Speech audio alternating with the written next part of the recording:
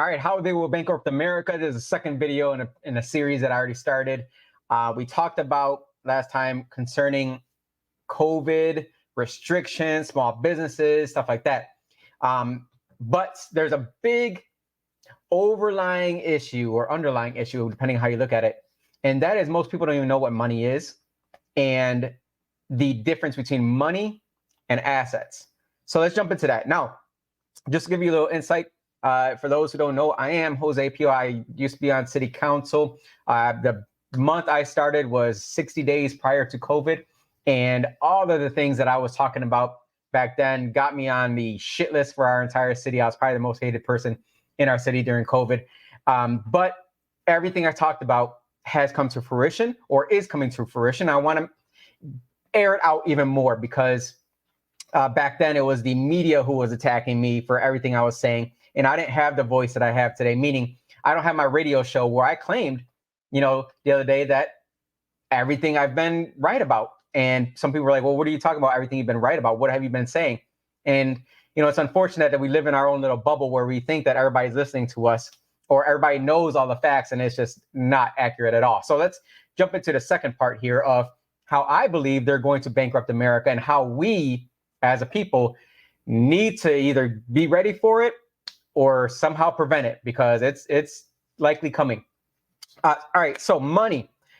And I titled this with equality in parentheses there, because I think people are really mistaking what's happening with that term equality and why all these big corporations are all about it. Because most people say, well, why are you against equality? Do you not think that everyone is born equal? Yes. But we're talking about equity. That's what our entire country is based on, is equity, not equality. And a lot of people are thinking it's equality of outcomes, and that's not what our country is founded on. That is socialism, communism, and even that is incorrect. We're talking about equity, meaning we start from the same position. You have the same rights.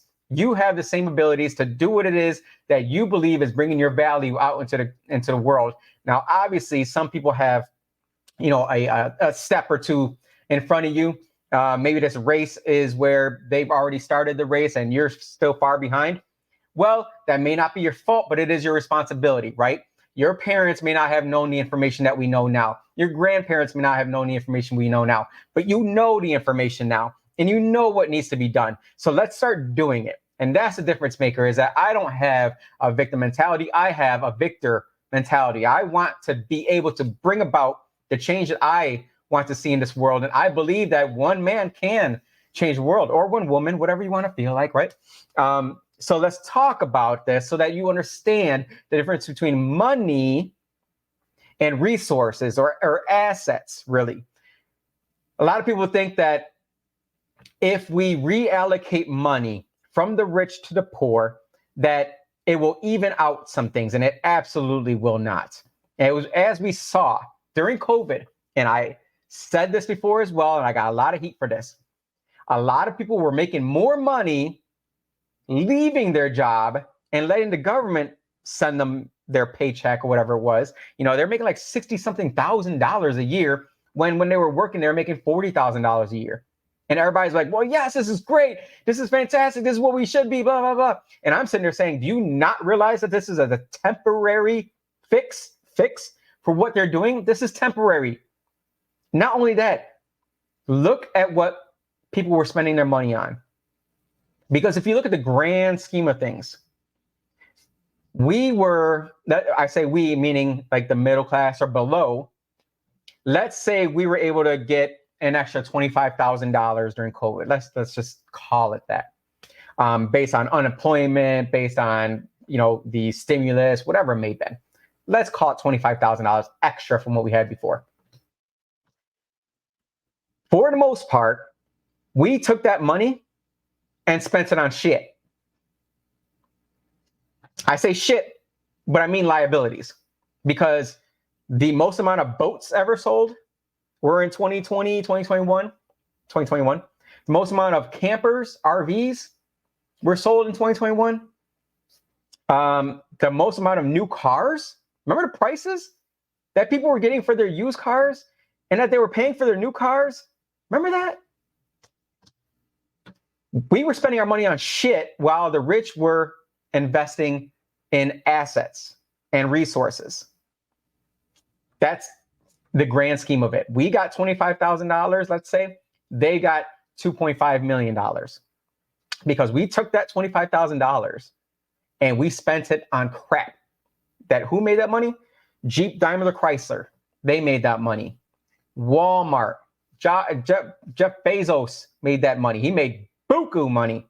We had more billionaires that were made in 2020, 2021, and 2022 than like ever in history. Because we don't know how to spend money on assets, on resources.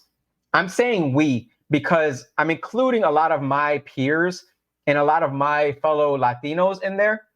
I know the difference, but that doesn't mean that I did it all the way. That doesn't mean that, I did the right things with all the money that I got. I didn't get that extra money. Let me tell you that. I think I got one stimulus check. You know what I did? I invested it. That's what I did. I invested it in stock market. I invested some in Bitcoin. I made some money off of it. I took it out and freaking paid off some debt. That's what I did. What the rich did was they took that money, and at that time, they couldn't spend it on really anything. There was nothing to spend it on because trips were canceled. All the designer bags and all that stuff. I mean, where are you going to buy it? Online? All right, cool. Buy it online. But that's not what they did. They bought vacation homes. They bought yachts. Yachts that can be written off as a second vacation home or a second home. We're not talking about boats that we buy so we can go jet skiing and stuff like that, or go have some fun with some friends on a Saturday and a nice day in the summertime. That's not what the rich do. They buy vacation homes because they get a tax write-off on that yacht that they bought. They get a tax write-off on that plane that they bought. While we were buying vacations and spending money, they were buying planes and buying vacations, homes. Meaning when you went on vacation, you paid them money. When you flew a plane, you paid them money. That's the difference. And that's why equality, and they're all for it. Because you know what that means? That means that the minimum wage is going to go up. They're not going to pay it because guess what? They've already replaced most of their employees with technology. AI has taken over a lot of their, buying just-in-time materials. Amazon, you go to these warehouses and it's all robots flying all around. Pretty soon the drivers are going to be robots as well. So all the money we got, we spent on shit and liabilities. All the money that they got were in assets and resources. And there's a difference, a huge difference there. Not only in what you own, but what you're able to write off on your taxes. Because that's a difference maker. A lot of people get mad at President Donald Trump for not paying any personal income taxes because he has a shit ton of write-offs. You could do the same thing. You can buy real estate. Very hard now. Very hard now. Why? Oh yeah, big corporations got all that money and then started buying real estate because a lot of small mom and pop housing providers could no longer spend the money because they weren't getting any rent money. So they couldn't keep paying their bills. So they had to release the houses at a lower price. These big corporations came in and bought them all up and then turned around and rented it to us as soon as the rent moratorium was back open, or closed down, should I say, and then people had to start paying rent again. Guess what? All your rent freaking got jacked up. And the government loves all this. Why? Because inflation helps them.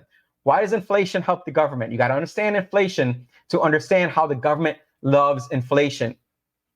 Because the value of all the products, the value of all the services, the value of everything goes up. So when we pay extra for that vehicle out there, we pay extra for these cameras, these lights, when we pay extra for our bills, our internet bills, our RG&E bills, guess who gets a small percentage of that? The government. And again, it's a small percentage. It's not, they don't take 5 pennies from your internet bill. They take a percentage of your internet bill. So as soon as everything goes up with inflation, their revenues increase. The government's revenues increases. But guess what goes down? Because all the revenues increase, their liabilities go down. So all the debt that they took out to put into the big corporations' hands, pockets, because that's where the government gets their money from for the most part, is big corporations, because they say, hey, I want to build this freaking road over here, or the inner loop. I'm in Rochester, New York here. That big racist inner loop that we have needs to be filled in. The state park that we're putting at High Falls needs to be built. Guess who pays for that? Not only the taxpayer, actually all the taxpayer, yes, but the government borrows that money from investors. So they take that $50 million from institutional investors who say, I got people who got $50 million. I'm going to invest in that in you, government, and you're going to pay me back, I don't know, 5%. Let's call it 5%, right? And then the government takes that money, builds it by investing in, hopefully, local businesses. Not all the time, though. It's usually in local huge corporations that come in and redo everything that they want them to do. And then guess how they pay that back? Your tax money. So government loves inflation. And we the people, thought that we're getting a good hand back in COVID when we're getting all that extra money, when the Big Daddy government was sending us stimmies, right? Got a lot of people out there saying, oh, I love President Trump because he gave me that free money. I don't know what accent that was. That was like Southern drawl or something like that. I don't even know. But we got. It's as simple as that. We got finessed. The government finessed us. And big corporations got all the money. Again, I don't blame them. Because if you were in that position, why would you not? Why would you not take that money? Get that bag. Money, cash, equality versus assets and resources. We need to own assets, not liabilities. We need to own our resources, not shit. That's another way that the government has been kind of manipulating us and how they're going to end up bankrupting their own government in order to, I believe, bring about the federal dollar, because they've been trying for a number of years now. Remember, during COVID, they introduced it and it got shot down. It's going to come. So I'm doing these videos so that you can see what already happened and what's currently happened, so you can see what's coming up. So you can vote accordingly, hopefully. Or maybe it might entice someone else out there to run for office. And maybe you'll have more than just one truth seeker in office. When it's 1 versus 8 on a board of 9 people, there's not much you're going to be able to get done. But when there's 5